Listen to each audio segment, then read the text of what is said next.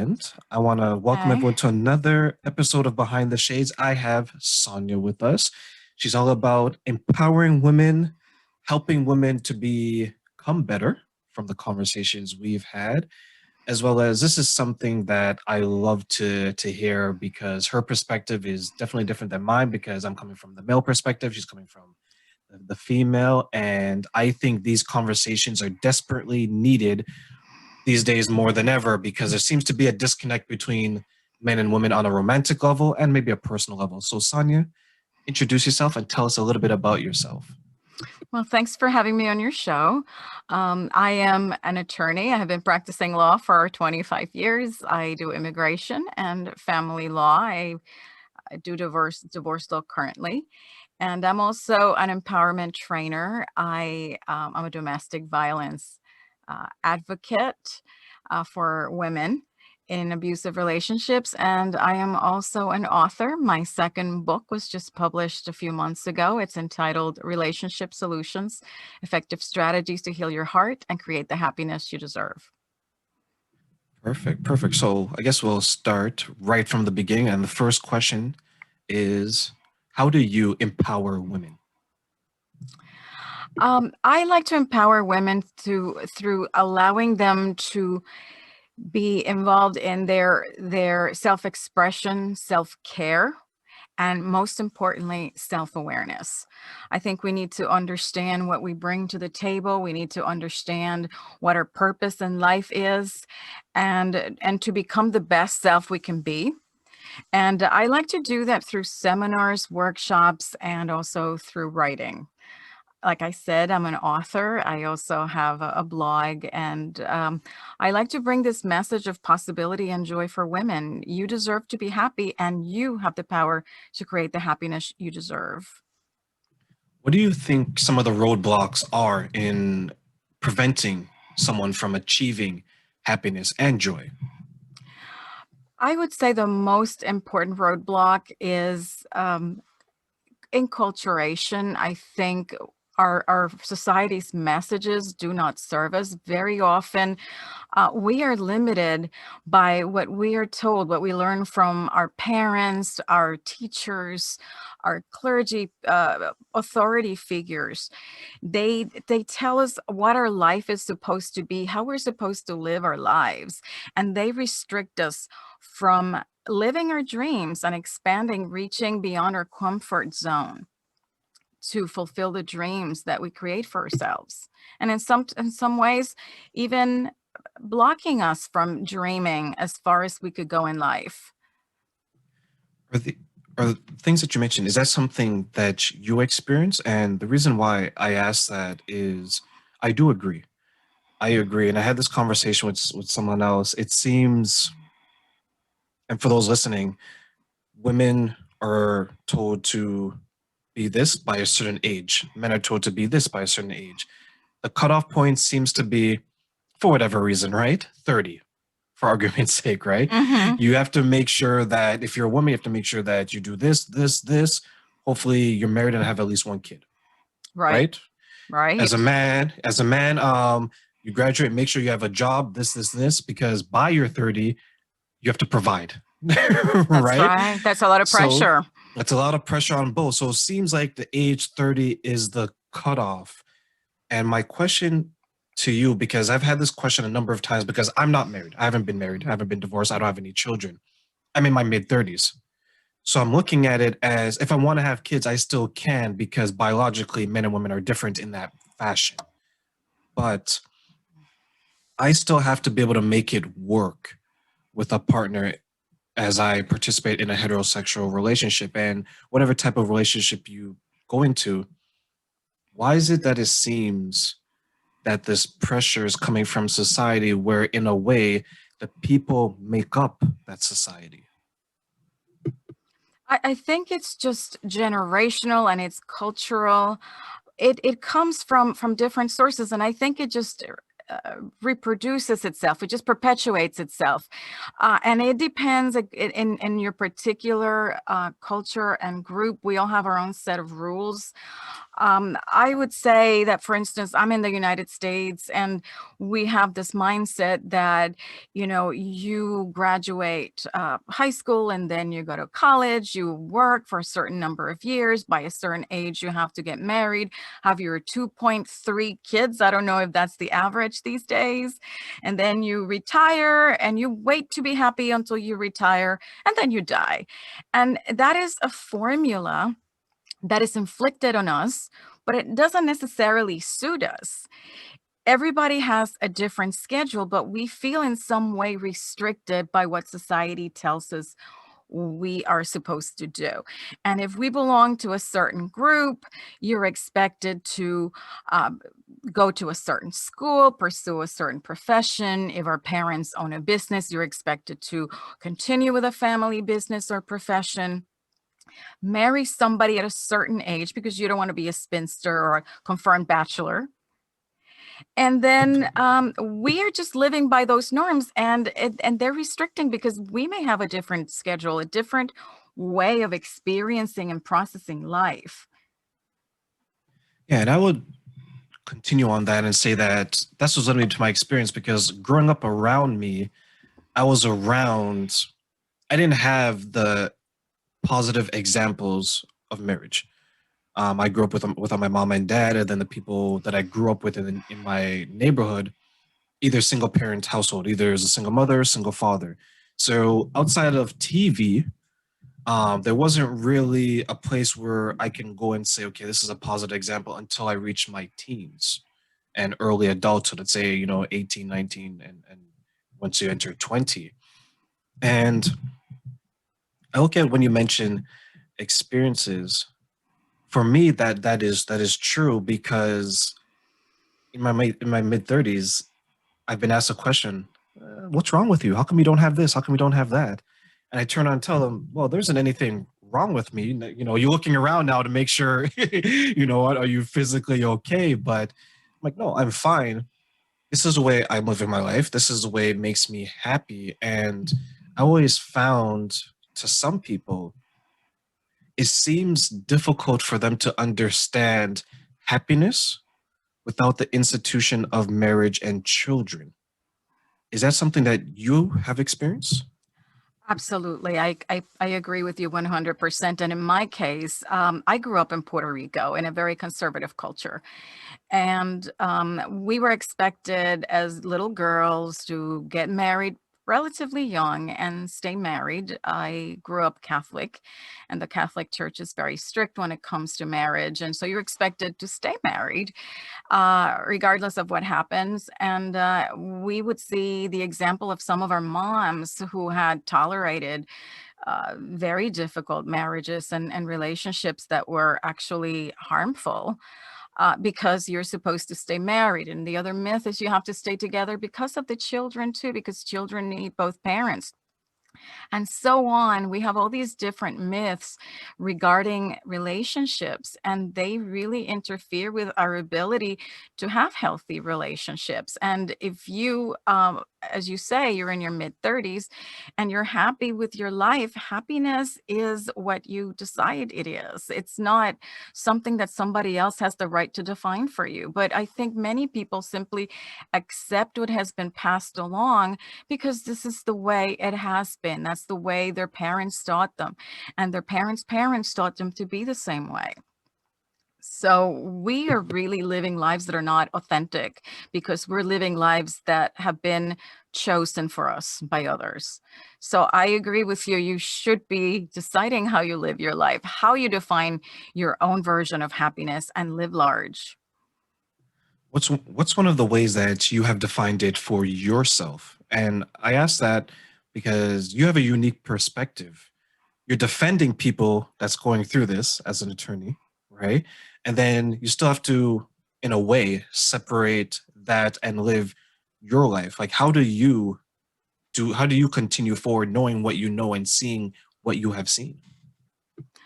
I think having my perspective is very useful in my profession, especially because people who are going through divorce are hurting, and I understand that hurt.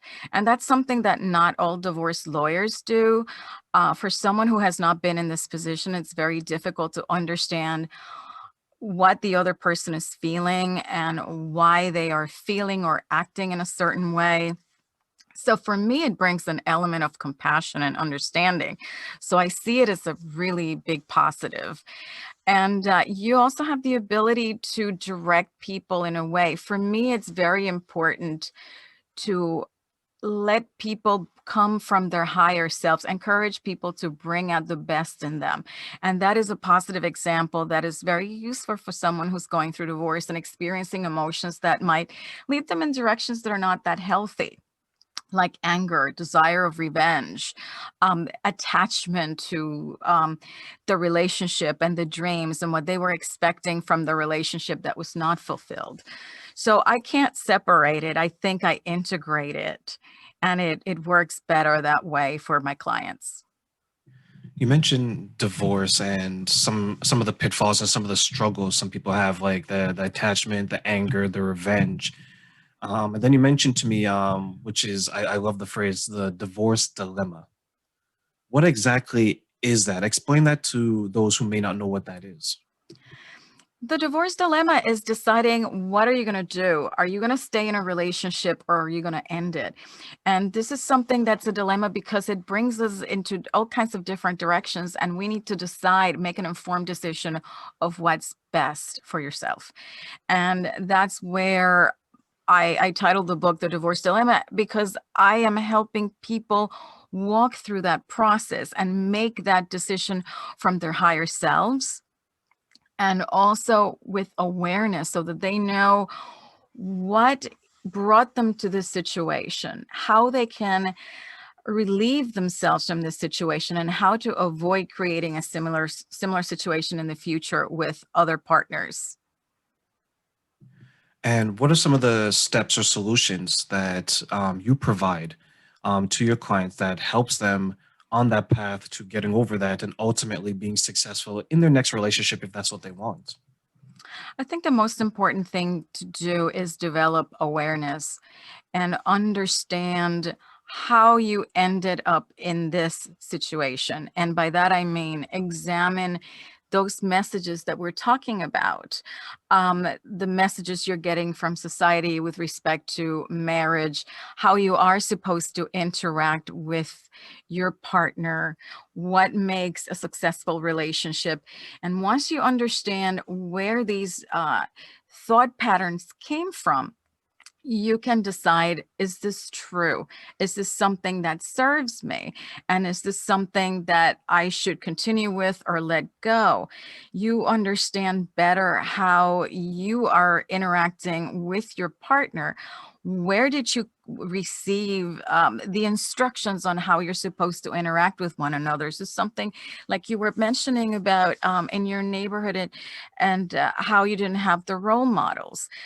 How did the role models or lack of role models influence not only your choice of a partner, but how you're interacting with that partner, what expectations you have from your relationship, and then decide consciously how your relationship should be. What do you need from this relationship and how to create it?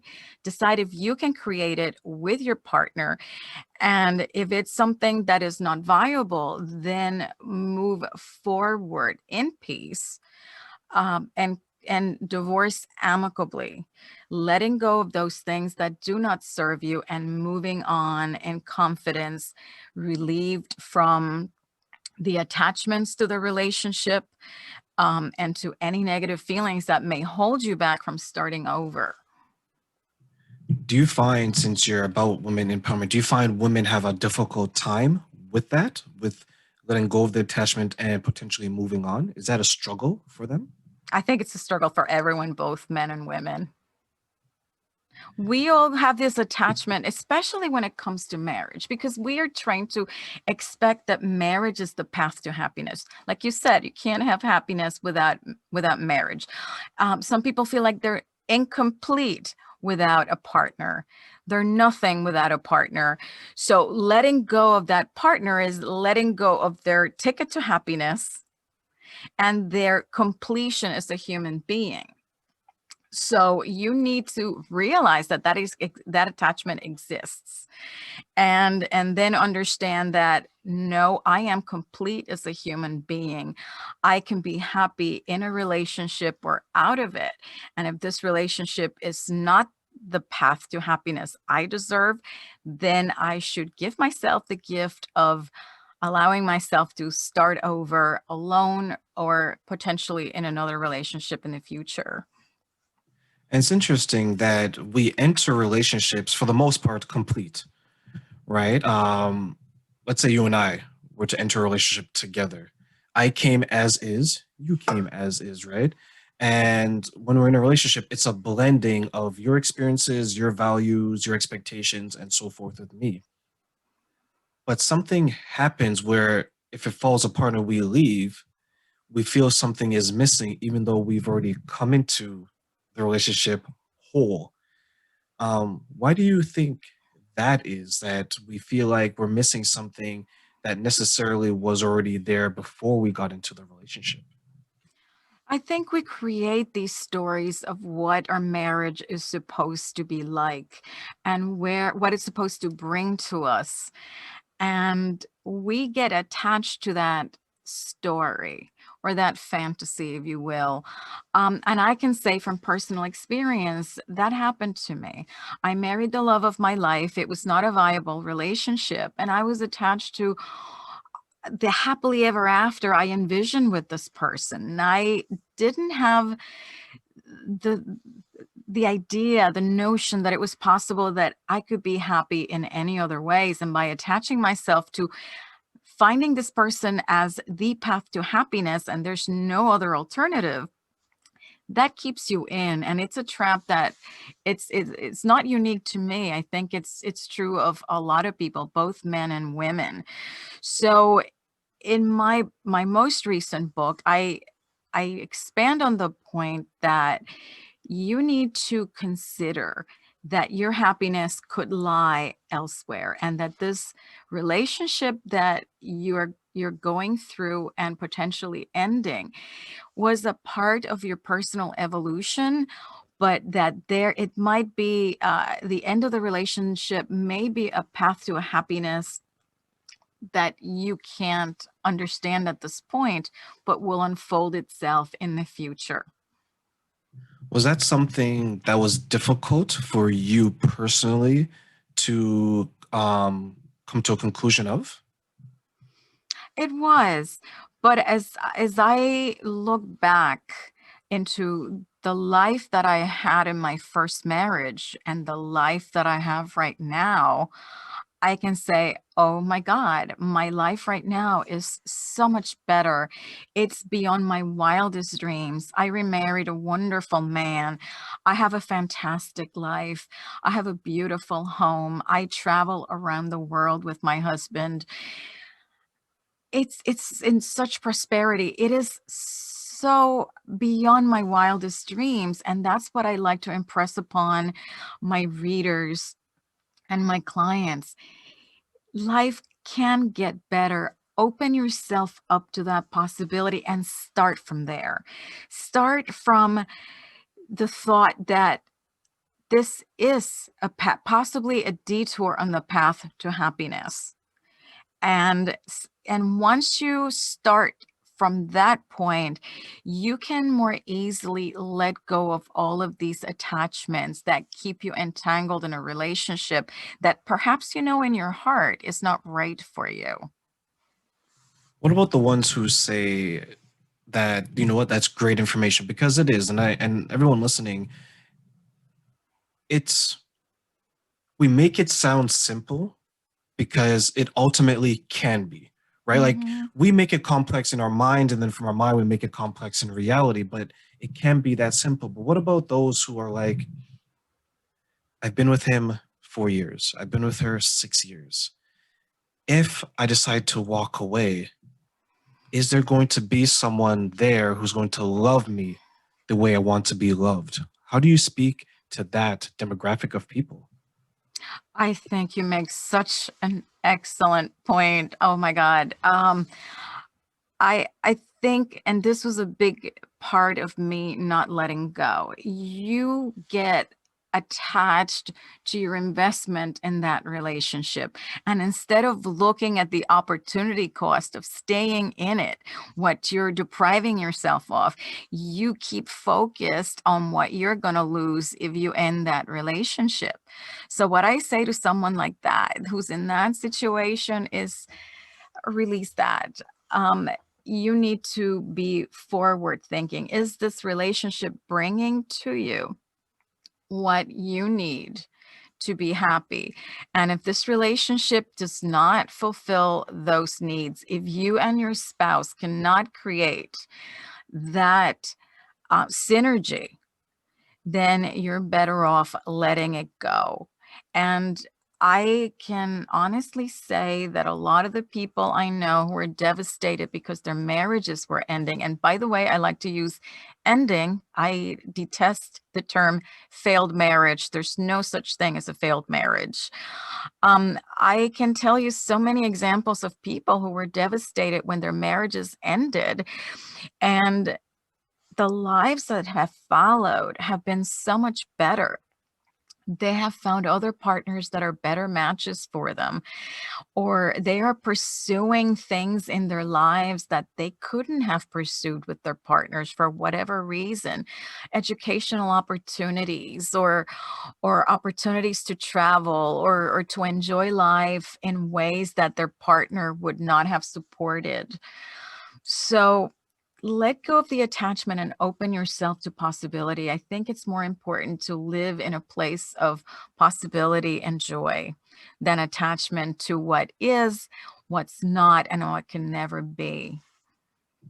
And I will continue with that. I give the example of being unhappy at work, right? There's really two courses of action. If you really break it down, you think objectively and logically. Either you stay and be unhappy, or you explore and try to move on and to be happy. And you would often hear, and this goes back to marriage and relationships in general, that there's that fear, as we just discussed, of I don't know what's out there. Mhm. But if you think about it and you take a step back, before, and those who are in this, before you entered into that type of situation, were you not okay before it? Weren't you not happy before it? And if you wanted to put a value on your happiness, isn't it truly priceless? Like, isn't it truly worth whatever risk for you to be happy? Because sure, you can say that, well, I'm with John over there and I'm with Sarah or over there, and yeah, they don't treat me well, and they're not the person that I thought they were going to be for me. But if I have to compare it with being by myself, it's better. We tend to, as humans, compare it to the worst instead of comparing it to the best, saying, hey, I deserve to feel happy. I deserve to feel the type of love that I want. I deserve to travel, as you mentioned, with the person I love and spend as much time as possible. Because if there's one thing you can't get back, no matter how rich you are, it's time. Mhm. Why spend 5, 10, 15 years unhappy, or spend that same amount of time justifying why you are unhappy, instead of spending that same time and say, you know what, let me take this energy Mhm. elsewhere and find someone that's going to love me for me. Do you find that step in that direction difficult for some people? Yes, I think it is for most people. We have tremendous fear of the unknown, and we are more comfortable with the familiar, even if it's a painful familiar. And to people who find themselves in this situation, I couldn't agree with you more. I say you always have a choice to start over. Go beyond your comfort zone. And if you make a mistake, that's okay. Pick up the pieces and start over. You can always start over. You always have a choice. And all these experiences are learning opportunities. They propel you to the next step. And in fact, very often our terrible experiences are what really prompt us to grow and change. We get complacent with whatever situation we're in, and we prefer to stay stuck in it than to take a risk. And it's important to take that risk. Don't be reckless. I'm not suggesting you're reckless, but be open to more things out there that can fulfill you, and be explore. Try to know yourself better. I think the most important thing is to know yourself better. Understand what is it that makes you tick, what makes you happy, and try to envision what is the path to that happiness, and start taking steps in that direction, and the path invariably will reveal itself if you make a commitment to pursue it. And to that, I will also add, because you have brought this about being with yourself or feeling comfortable with yourself. You came complete into this world. You have everything you need to be happy. You're perfectly equipped for your happiness. Learn to love yourself. Learn to make yourself happy. Enjoy your own company. And when you enjoy your own company, you don't need to be a slave to a relationship that is harmful or toxic. And if you're happy with yourself, you will organically attract people who are healthy and can be a good fit for you. Looking back, if you take in consideration some of the things that you mentioned, right, with self-care, self-love, and I'm a strong advocate of loving yourself and making Mm, sure that you're comfortable in your own body. And as soon as you wake up, tell yourself, you know what? I love myself today. mhm, Affirmations are great. I use them daily and I love them. And I also do some self-reflection and to see how far I've come, right? Because I think many mhm. of us have experienced a failed, or not, well, I don't want to say failed situation, but I would say that many of us have experienced a situation that has ended or that has resulted in a way that we didn't necessarily want, right?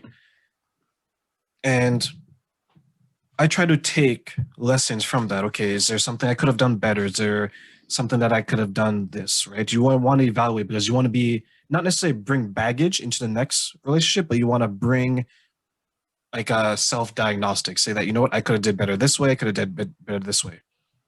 With that said, and to hear that you're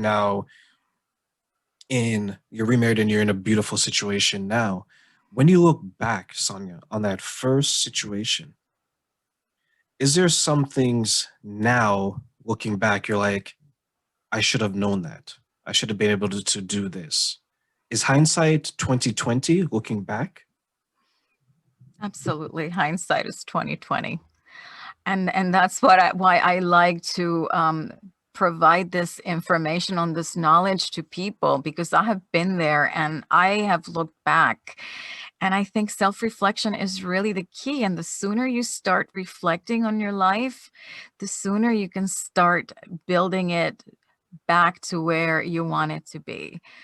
And I agree with you. Look back, and some situations don't work out the way we want. But if you really look back, how many of those situations that didn't work out at a specific time were the ones that conduced you to the right situation? And when we have the knowledge that in life, life is not linear. The journey of life is full of detours, and you need to be aware and trust. To me, one of the biggest things is to surrender and trust. When you trust that you are in the right place at the right time, learning the right lesson you need at that moment, you can move confidently at any step of the way, because you know that there's no better place to start your life and your journey than where you are, and no better time than right now. So just keep just tweaking and just moving and adjusting and adapting to whatever situation comes your way. And the most important thing is to reflect and on the lessons that came through that experience, because until you learn that lesson, you're not going to lose that experience. You're going to remain stuck or repeat similar experiences until you finally absorb the wisdom that was encoded in those experiences. Were you surprised at some of the things that maybe you found out about yourself when you did your self reflection? Oh yeah, totally. For me, the biggest thing is the strength. I had no idea I was so strong. And when I started having problems in my marriage, which is 24 hours from the wedding, and I realized I was in a toxic relationship, I was devastated. I was ready to collapse, but I knew that was not an option. I was 24 years old. I knew I had my life ahead of me. And I knew I had to do something about it. I just didn't know what. And it took me years of empowering myself to get to the point where I was able to take the action that was going to take me to the next level. And I had no idea I had it in me. I grew up a very sheltered child. My mom was very hands-on, so to speak, and very controlling, and I had to do what I was told to do. And I found out I was a very strong, independent, and wise. I didn't know I had this wisdom in me. And of course, there's some things I would do differently if I were to do things over, but it was a revelation that I had inside of me, a person I didn't even know. To hear you talk about that, you sound very proud that that person has come out and has helped you be the person today. Is it like a point of reference to you now because you're like, I have this strength. I maybe didn't believe I had it years ago, but I have it now, and I'm using that same strength to empower others. How does that make you feel knowing that you're able to draw on yourself? You're able to call on yourself to get through your situation and to now help others and help the future generation. I am very grateful. I feel very grateful that I had the opportunity to go through this experience. And while it was painful while I was going through it, it is something that's going to be of value to other people. And that is my mission. I really want other people to learn from my experience, to learn that their lives can be whatever they want them to be, that they don't have to be stuck in anything that holds them back and makes them unhappy, and that they can create that joy they're entitled to. And I would like to be the person to show them the way, and to cheer them on, and to let them know that they will be fine, and that they will be happy if they commit to it. And I'm just really grateful that I've had this chance to do it.